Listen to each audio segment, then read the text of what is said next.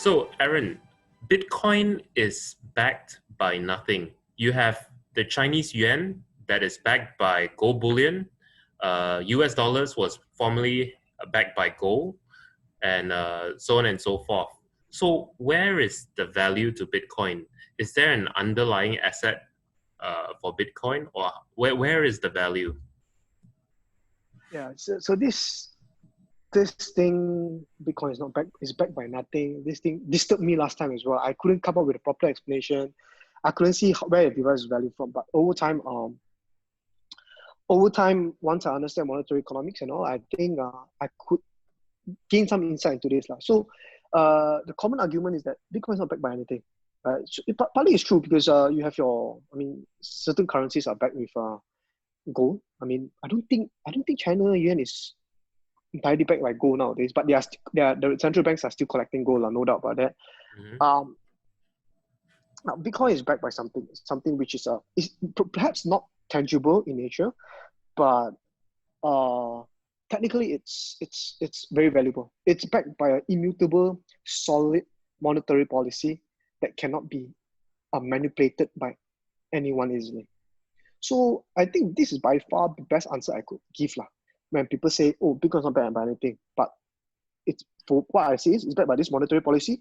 21 million Bitcoin, that's about it. Block size of 1 megabyte per block, and every 10 minutes it produces Bitcoin at a steady rate and a disinflationary rate. So I think this should be the real nature of money.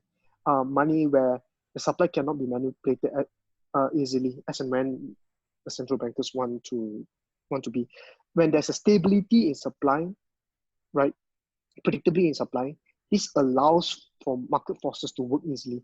The thing is that the central banks coming into the market, they are actually intervening with the market, and this distorts the entire market.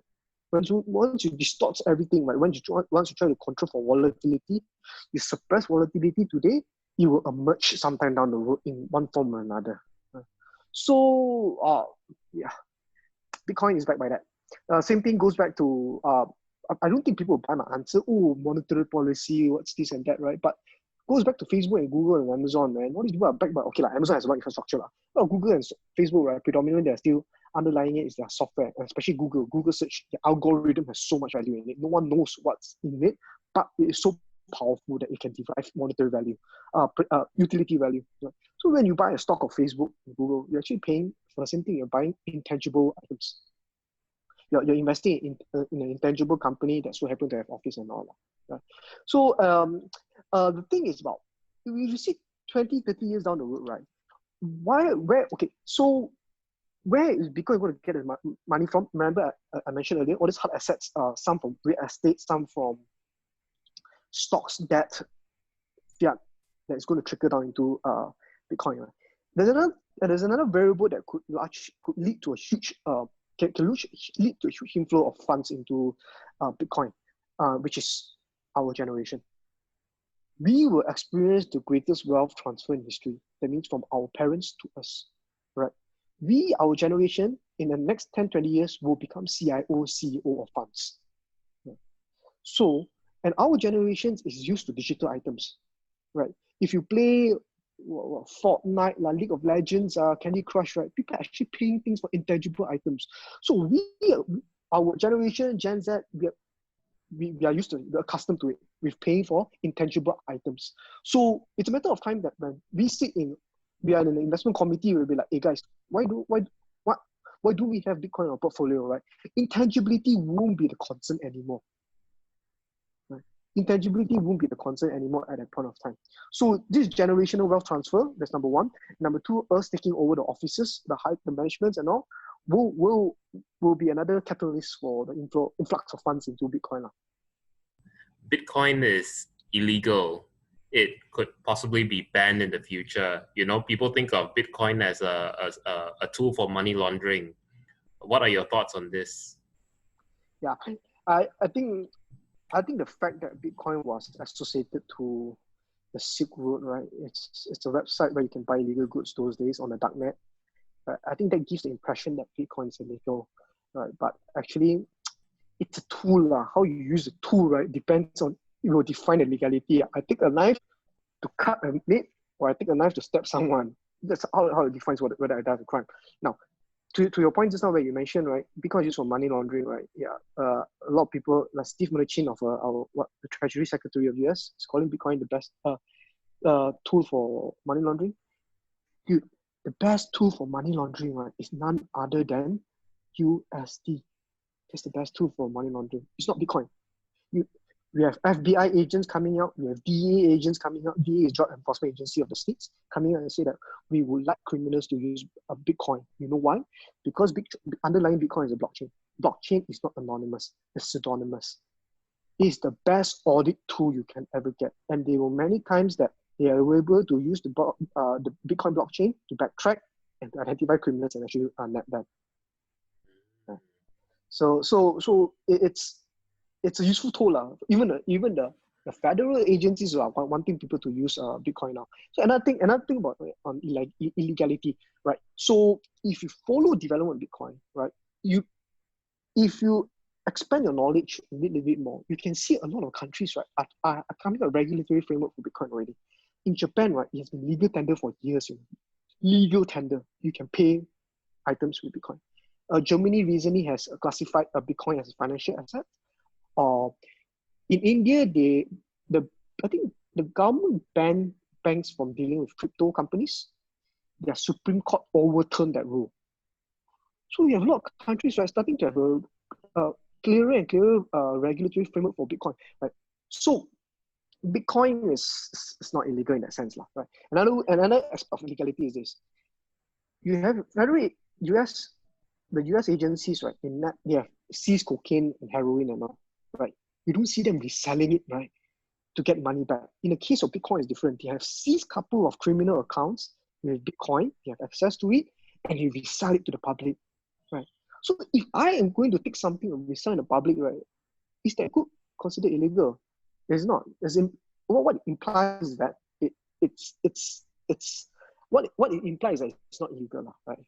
I'm not if the government take and sell cocaine back to the streets, right? I mean that makes cocaine a legal product, So yeah, I recently there's this couple of questions I got from people. Is it illegal? Is it legal? Is it legal? I tell them it's not illegal. I've only, in fact, in our context of Malaysia, right, Securities Commission has just licensed 3 digital asset exchanges, meaning they have licensed 3 entities to run something like Bursa Malaysia to sell cryptocurrencies. So tell me, is Securities Commission treating that as illegal, an illegal product? All right. Okay. One last question we have is Bitcoin is subjected to hacking and the risk of being stolen. So is this even possible given that the blockchain technology is behind it? Is it subjected to hacking, and can there be a digital thief? No matter how great a technology is, right, there's always security flaw, whether be it technically or socially. Socially means the users themselves, right? So it's a common concern that people say, oh, Bitcoin is not safe, man. It's getting hacked here and there. No, what is getting hacked are the exchanges, places where they trade. It's not the underlying protocol. Underlying protocol got hacked, right? I also hate it, man. I'll rethink my position twice, right? But in the case of these stories that you hear, Bitcoin getting hacked, it's the exchanges. It's simple as this. I have money. I keep my money in the bank. My bank got robbed. So does that make my cash a useless item? No, it isn't. In the early days, a lot of exchanges are cowboy exchanges. Right? Why we don't see our NYSE, Bursa, and all got hacked and turn the world upside down is because these are regulated. They have proper infrastructure. But in the case of Bitcoin, right, it's still a wild west, man. I can come out, I can create an exchange as and when I like, and with no proper framework or security framework in place to secure my users' funds. I mean, funds being Bitcoin now. Okay? So, and there's no separation between custodianship and trading. A lot of funny business happen. So hacks do happen on the exchange layer, but not on the protocol. Most importantly, on the base layer, protocol layer, it's clean. No one hacked it. I'm fine. And you know what's a bug bounty? BUG bounty. So bug bounty are programs where Google, Facebook, and all invite hackers, find a bug, find a flaw in my software, report to me, and I give you reward. We call that bug bounty. Bitcoin is like the largest bug bounty program, 130 billion, because 11 years, the greatest minds in the technology industry, software developers, working on it until today, no one could compromise the protocol. So what I'm trying to get to is that on the protocol layer, it's safe. If you secure your private keys properly, your own wallet, you take proper custody of your wallet, okay? You store in a cold wallet, not online, it's safe. But if you simply store it, right, it's like simple. You put your cash in a vault and the cash in a Milo box, which is easier to steal. It's the Milo tin that's easy to steal. Yeah. It's the same analogy.